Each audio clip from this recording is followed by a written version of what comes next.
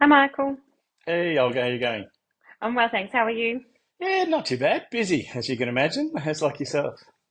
Yeah, absolutely. I think everyone's feeling that at the moment. There's a lot going around, and it's not all positive, unfortunately. No, it's not. But like everything, we run in cycles. I think with the right sort of activity, we can actually get some, good outcomes. But look, it's tough to be in business at the moment. People have sort of said to me, "What are you seeing? What do you expect to see in the next sort of 6 to 12 months?" And my answer is quite simple. It's a tough time to owe money to the ATO. I've been doing this for nearly 11 years, and this is certainly the toughest I've seen the ATO in terms of their recovery action. We know that they're going hard on directors with director penalty notices. We know that they're issuing credit reporting things like confetti. So a tough time to be in business at the moment, but there are solutions. Yeah, absolutely. And I think that's been reflected. I've noticed a lot in the press, and a lot of stories around old debt that's effectively been re-engaged, and a lot of stories around people that are going to lose their houses. And I think what's happening is what comes to the forefront of most people's mind is, well, I have no option rather than to go bankrupt, or I have no option rather than to lose my house, or I have no option rather than to wind my company up. So as both you and I know, and hopefully everyone that knows us, our whole purpose in life is we want to save businesses, we want to help people sleep at night again, and that we've got a lot of solutions. So I couldn't agree more how difficult things are, but we all know, and whether we have a love-hate relationship with the media, but I thought it would be really good to talk about some of those solutions today, about how we can help people, and it's not always a magic pill of winding a company up. Yeah, look, and I think the problem is it's always sort of what's more interesting for the media is, there's the hard luck stories. It's the liquidators coming out and saying that we're about to fall off a cliff with, businesses going under and record wind up lists and record, numbers of director penalty notices been issued and record this, record that.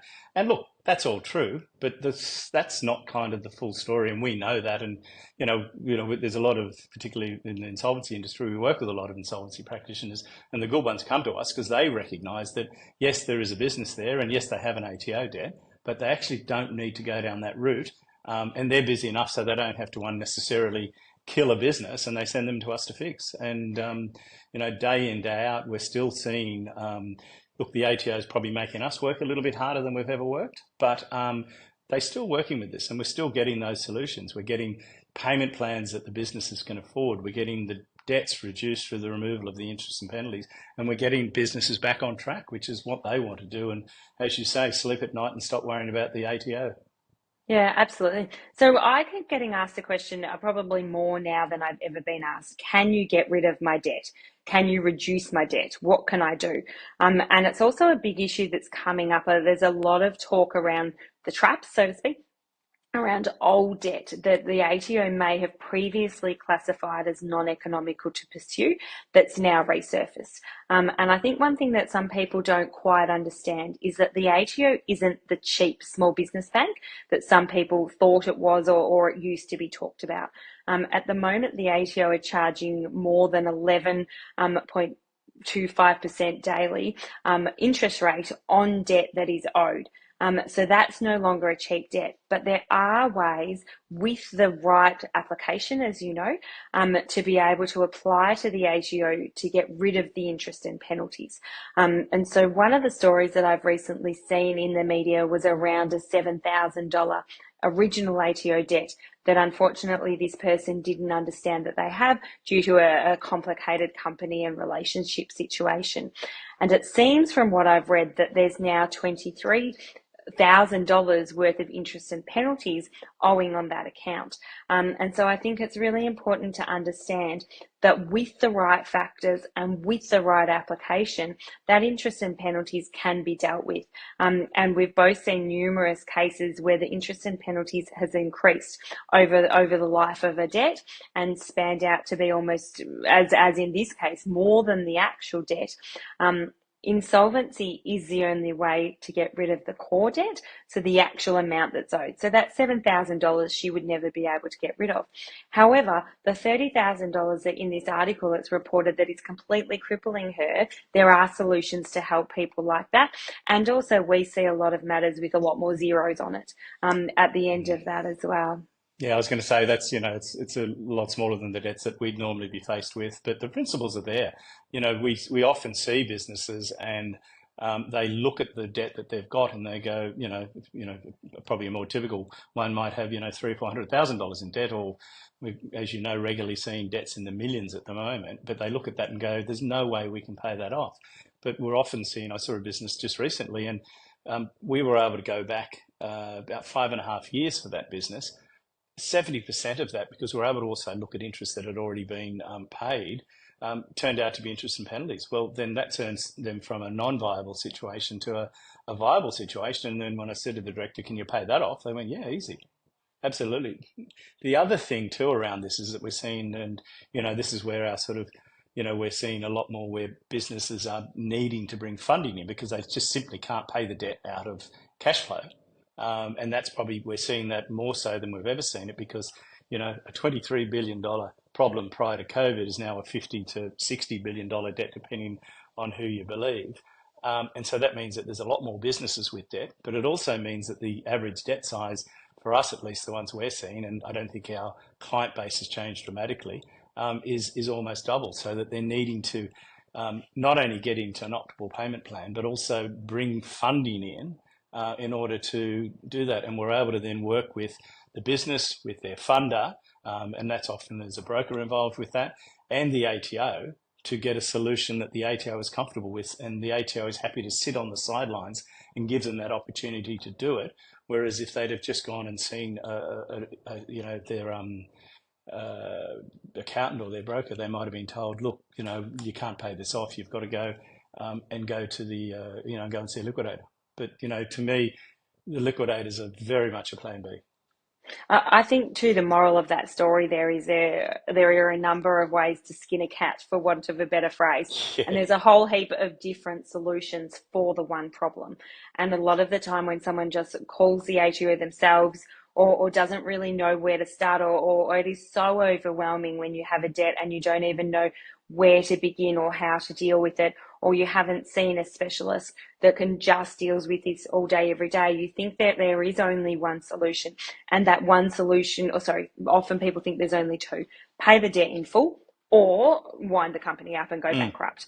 And that they don't understand that there's a whole range of solutions in between, that when you look at it in a very bespoke manner on their own business, on where their situation is, on what they can afford now, what they can afford in 12 months, what's been going on, what legal applications can be used, and what can be put forward to help them resolve this issue so that their businesses can stay alive, and a problem that was just absolutely insurmountable that they couldn't face by the time we're finished. And I think people are quite surprised that often when we help clients, we're finished within 4 to 6 weeks. So it's quite a quick process and a quick solution that they didn't even realize existed at the beginning.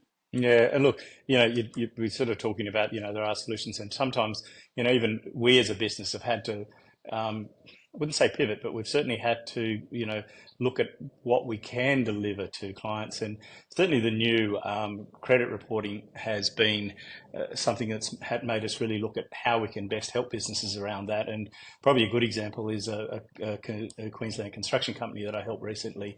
And they had, look, their accountant had kept the ATO at bay for a period. It had done a fantastic job, but somebody in the ATO had decided enough was enough, so they issued a credit reporting notice. And I'm assuming most of the people on here will know what that means, but for those that don't, the ATO now has the power to report debts over $100,000 and more than 90 days overdue to the creditor watch and all the reporting agencies. And what happens is when they report it to those agencies, all the alerts go out to people that are dealing with that business. Unfortunately for this business, the alerts went out, and they went out in a couple of places. Firstly, they went out to their funder, and the funder was very nervous around that and looking to pull their funding. The other place it went out to is all their suppliers, where they have 60-day, 90-day terms for all the materials and everything they're buying. They contacted them and said, "We've now got this alert. We're pulling all your terms, and you're now on COD." Well, for a construction company, and this wasn't a massive company, they turned over about $10 million a year. That was curtains. It was brought to us by the broker, who said, "Look, they've come to me. I can't do anything because we've got this credit reporting now. What can you do?" And what we were able to do in that situation was provide, firstly, a comfort letter which said we'd been engaged. This is what we were doing with the ATO, and we are confident, based on everything we know, that we'll get them into a payment plan, and most importantly, we'll get the credit listing removed. They were able to then give that to their funder. They were able to then give it to their suppliers, who agreed to continue supplying them on their normal terms for the next 60 days while we went in and sorted it. And we were able to go in, we got them into a payment plan they could afford. Once we had them in the plan, the credit reporting was removed, and it's removed permanently. So anybody subsequently that goes in and looks, there's nothing there, and that was one of the conditions around the ATO providing this information. Before they'd spoken to us, they'd seen liquidator. Liquidator said, "Well, you're gone.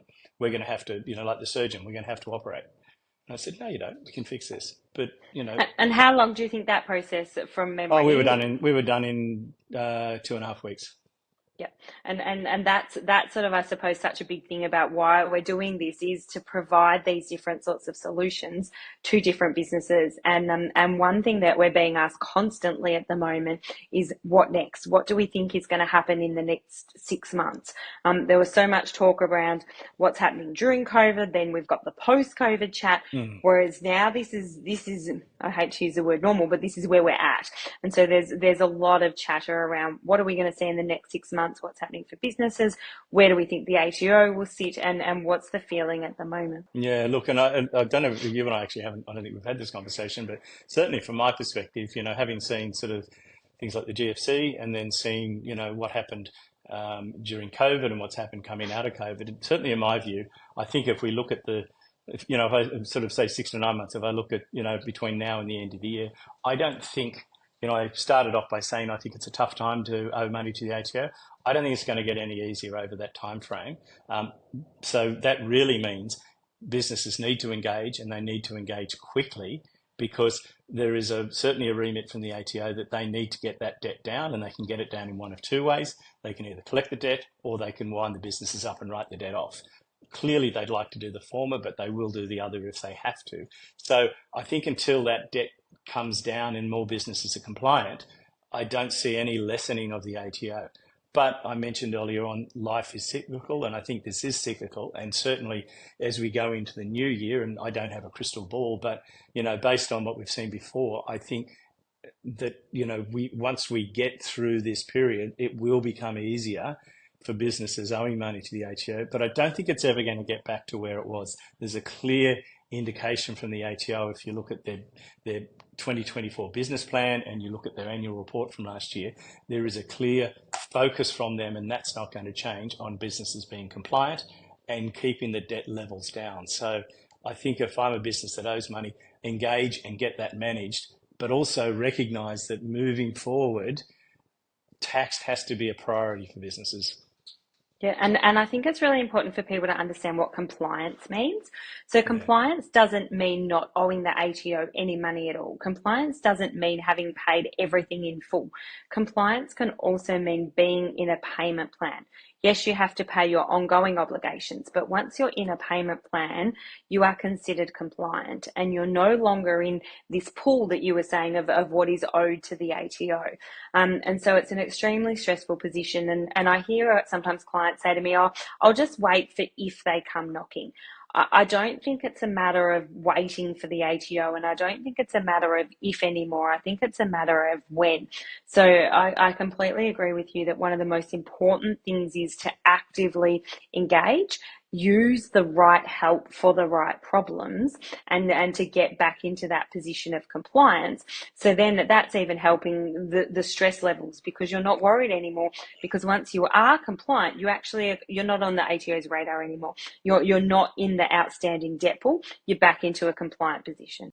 100%. It's something I often say to people: if you don't engage with the ATO, don't worry, because they'll engage with you. And that's the facts at the moment. You know, the old days you hear people say, "Oh, you know, I've had a debt and I haven't heard from them for 2 years." Well, those days are well and truly gone. And you know, the other thing I often get asked is, "Well, who was the ATO after next? Who are they chasing?"